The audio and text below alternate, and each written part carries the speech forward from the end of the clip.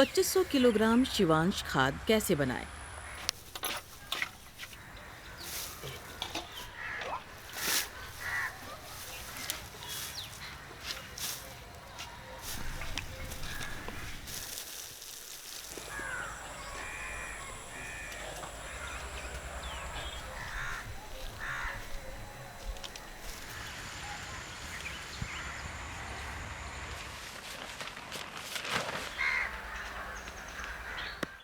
2500 kilogram Shivansh खाद बनाने के लिए 16 फीट लंबा और 6 फीट चौड़ा लेआउट बनाएं।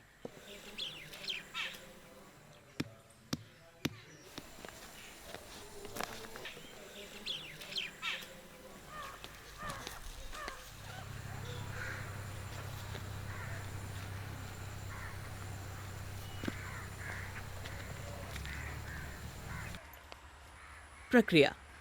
पहली परत। शिवांश खाद बनाने के लिए सबसे पहले 27 तसला सूखी सामग्री लेकर लेआउट वाली जगह पर डालें और इसे समान रूप से फैलाते हुए परत बनाएं।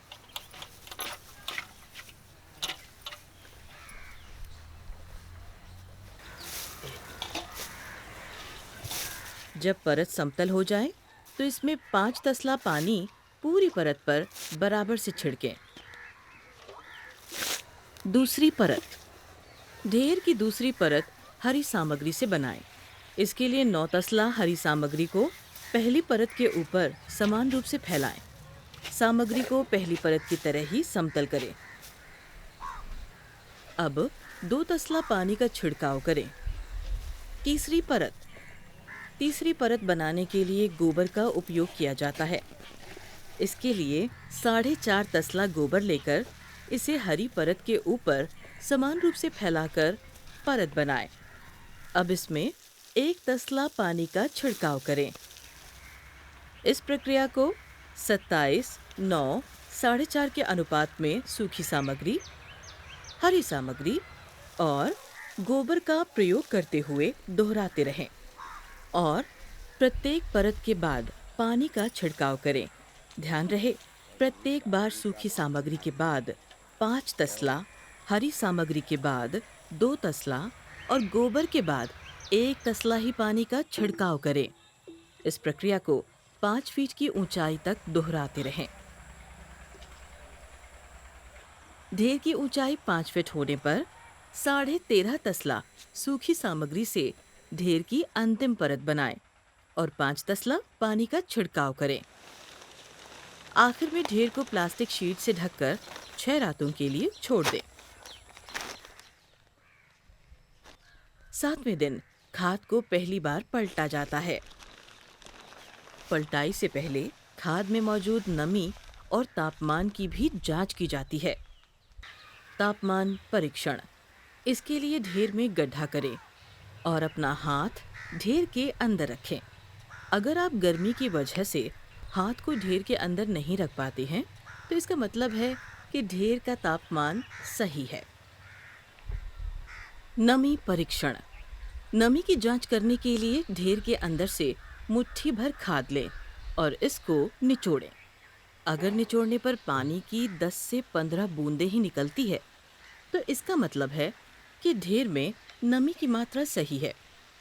ढेर में 6 अलग-अलग जगहों पर गड्ढा करके नमी और तापमान की जांच कर लें। खाद को पलटने से पहले एक समतल जगह का चयन कर पुनः 16 फीट लंबा और 6 फीट चौड़ा लेआउट बनाएं।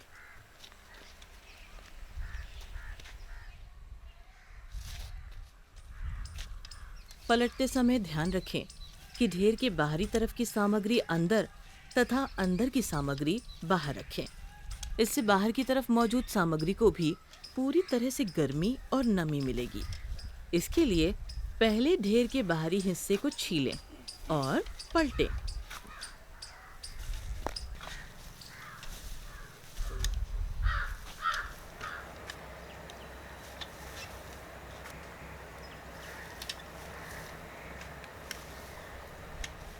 ढेर पूरा होने पर इसे पुनः प्लास्टिक शीट से ढककर 6 रातों के लिए छोड़ दें। 14वें दिन ढेर की फिर से पलटाई की जाती है। पिछली पलटाई की तरह ही फिर से ढेर में मौजूद गर्मी और नमी की जांच करें और ढेर को पलटें। पलटते समय ध्यान रखें कि ढेर के बाहरी तरफ की सामग्री अंदर तथा अंदर की सामग्री बाहर रखें।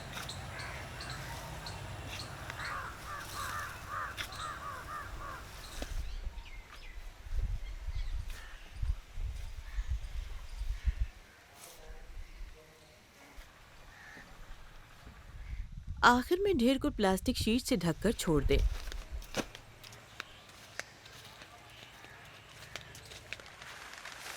21वें दिन ढेर की फिर से पलटाई की जाती है। पिछली पलटाई की तरह ही फिर से ढेर में मौजूद गर्मी और नमी की जांच करें और ढेर को पलटें। पलटते समय ध्यान रखें कि ढेर के बाहरी तरफ की सामग्री अंदर तथा अंदर की सामग्री बाहर रखें।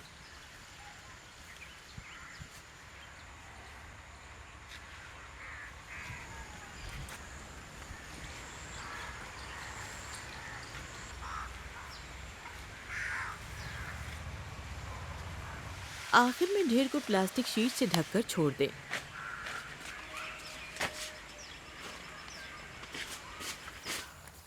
28वें दिन ढेर की फिर से पलटाई की जाती है।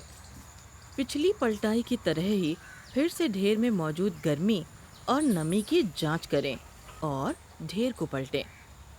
पलटते समय ध्यान रखें कि ढेर के बाहरी तरफ की सामग्री अंदर तथा अंदर की सामग्री बाहर रखें।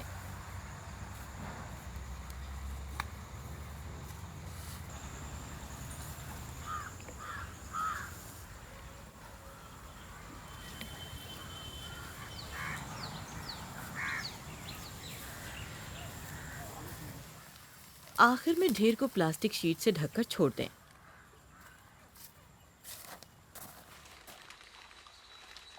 35वें दिन ढेर की फिर से पलटाई की जाती है। पिछली पलटाई की तरह ही फिर से ढेर में मौजूद गर्मी और नमी की जांच करें और ढेर को पलटें।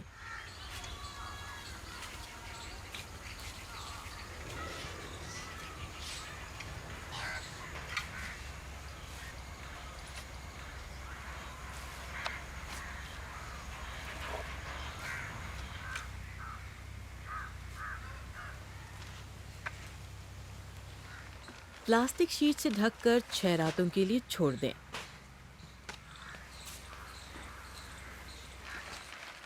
42वें दिन ढेर की फिर से पलटाई की जाती है। पिछली पलटाई की तरह ही फिर से ढेर में मौजूद गर्मी और नमी की जांच करें और ढेर को पलटें।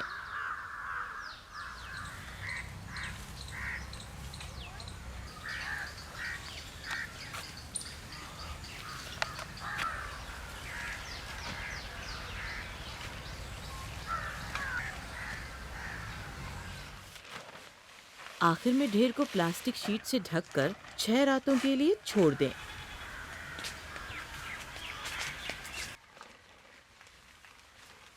खाद पूरी तरह से तैयार हुई या नहीं, ये जानने के लिए खाद में मौजूद गर्मी और नमी की जांच की जाती है। अगर ढेर ठंडा है और निचोड़ने पर पानी की कुछ बूंदें निकलती हैं, तो खाद उपयोग के लिए तैयार है। खाद की गुणवत्ता बनी रहे, इसके लिए खाद को प्लास्टिक शीट से ढक कर रखें।